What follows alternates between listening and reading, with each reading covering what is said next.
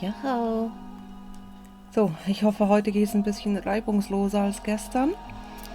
Das hat mich so genervt. Das war wirklich schlimm. Schön kalt. Das würde ich mir jetzt wirklich wünschen. Okay, I opened the front gate and went into the field.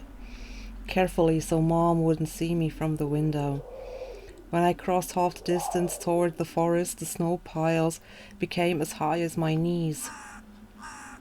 Sie kriegen. I remembered my nightly fears. I saw those silhouettes around here. They were jumping around, holding hands. That hypnotizing music started playing in my head, all on its own. In the light of day, those distant figures felt like a simple dream.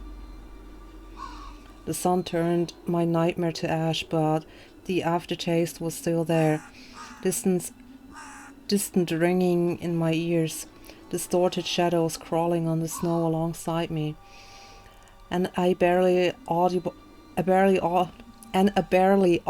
whisper in my head, blurry and almost kind.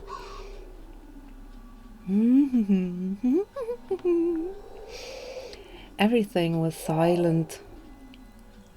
So silent I felt like the world was totally empty. No grounds, no sky, no parents, no Olja. The time reaches its limit, a one-way trip that ended at the forest's piney stockade. Sometimes silence was much scarier than any scream. Our parents would scream at each other while arguing, and both me and Olja turned to stone listening to them.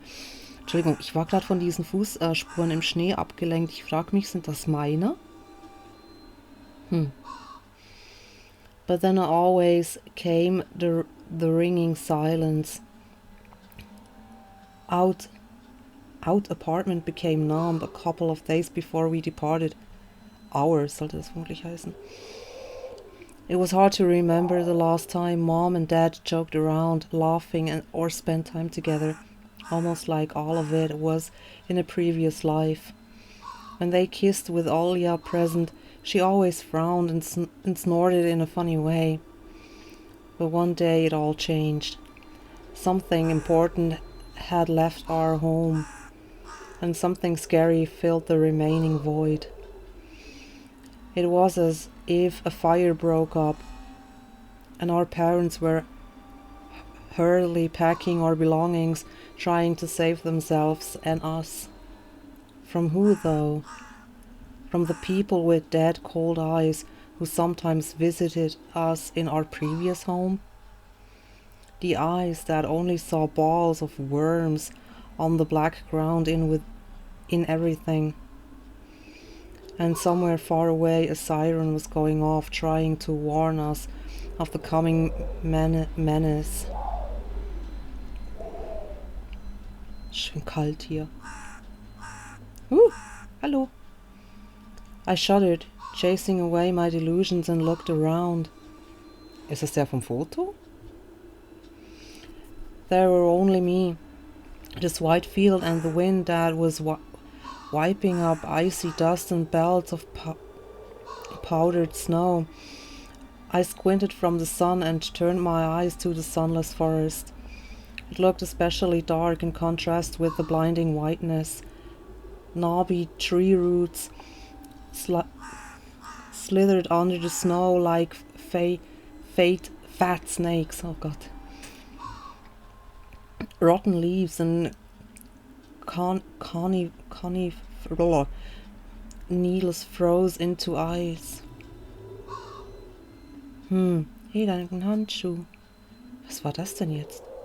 Dry, prickly branches intertwined, bringing up comfortable thoughts about fences. Were they protecting the forest? Or were they keeping something from breaking out? Some object was hanging from one of the pointy branches. I tried to get closer, drowning in snow, and when I almost got to the edge of the forest, I saw a knitted mitten. It looked like a wounded bird among the hungering semi-dark. Should I take it to the police? Their senior officer looked gloomy, but he still reminded me of Captain Casanova from my favorite TV show called The Streets of Broken Lights. Okay, gucken wir kurz. Streets of Broken Lights, a Russian mystery TV series telling a story of the daily life of Russian police officers, in the longest running series in the history of Russian TV at the moment. Okay. Weiter. He was also always anxious, with a tired look in his eyes, but still brave and strong. Will this mitten help them to find the lost boy? Vova! I heard a distant shout. Looked like it came from the river. Vova! As if the trees were calling out to someone. Vova! Resounded closer to me. Someone was standing there, behind the trees, hiding. Ah, muss ich nicht rufen. I knew someone was looking for the lost boy, but still. Something was unsettling about that figure. Its stillness, how it was bent unnaturally toward the ground. Its blackness. There's no one there, just branches and roots. It's all just my imagination. A nearby bird flapped its wings loudly. A shadow split from the tree and disappeared from my sight. I looked away for just a moment, but when I turned my gaze back to the same place, it was gone.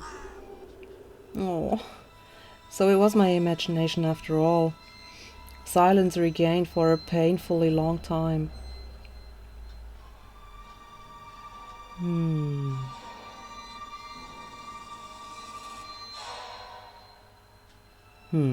My muscles were tightly sprung, my heart was beating somewhere in my throat. Any noise, any little movement, any small whisper from the thicket, and I sprint. But nothing but nothing of the sort happened. I looked at the mitten once more. Run away, take. Ich bin jetzt einfach mal und... Ah, das bin ich. Oh mein Gott. Ich nehme es jetzt mit. I decided to take the lonely mitten from the branch. Weil ich meine, ey.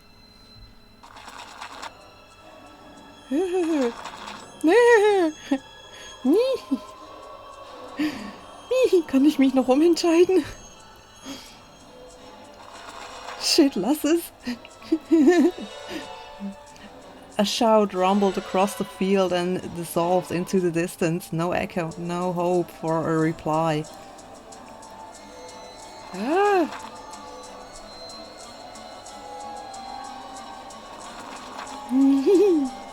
I stepped toward the bristly trees and tried to claim my find.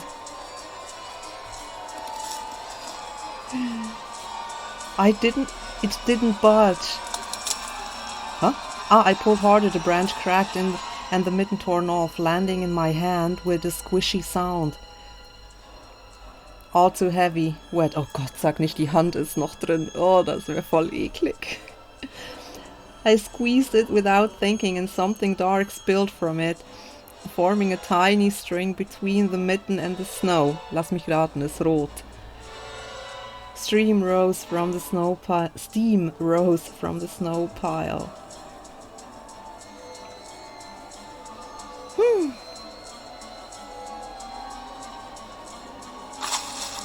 I froze in place, studying my palms in disgust. Red. The sound of cracking branches invaded the silence. I didn't have to think twice before running away. Someone was chasing me from the darkness, breaking pine branches, closing the distance with giant leaps. Snow was slowing me down. crazy thought flew through my mind. I get caught. They get me. I get dragged into the thicket. I'll be gone forever. But there was one more voice, probably one of reason. It gave me strength, spurred me on. You can do it. Don't stop. Yikes. I heard an animal roar behind me. Ey, scheiße, das Ding ist laut. It was so loud, my ears went numb. It felt like the sound had come from a pack of hungry beasts rather than a single one. Their nostrils sucked in freezing air. They sensed my fear. Two giant... What? Two giant wings flapped above my head. Ach du wovon werde ich denn verfolgt? An enormous shadow flew over the clearing. A hoot, a wheeze.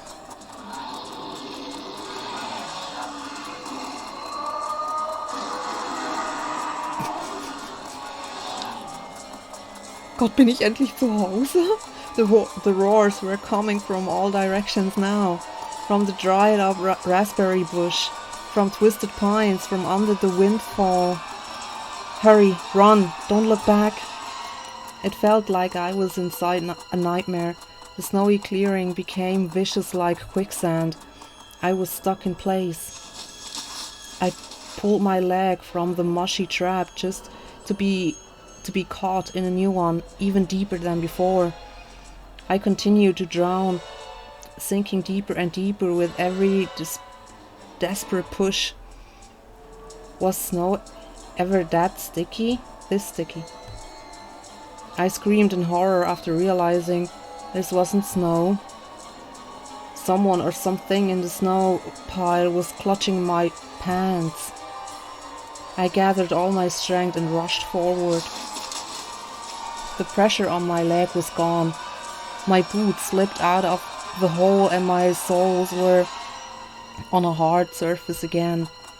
I reached a clear path with one jump and from there ran to my house. Woof. Its gloomy facade didn't look threatening now. That house was my line of defense from the shadows that flapped their wings and the creatures that were hidden under the snow. I tripped over the doorstep and smashed into the door.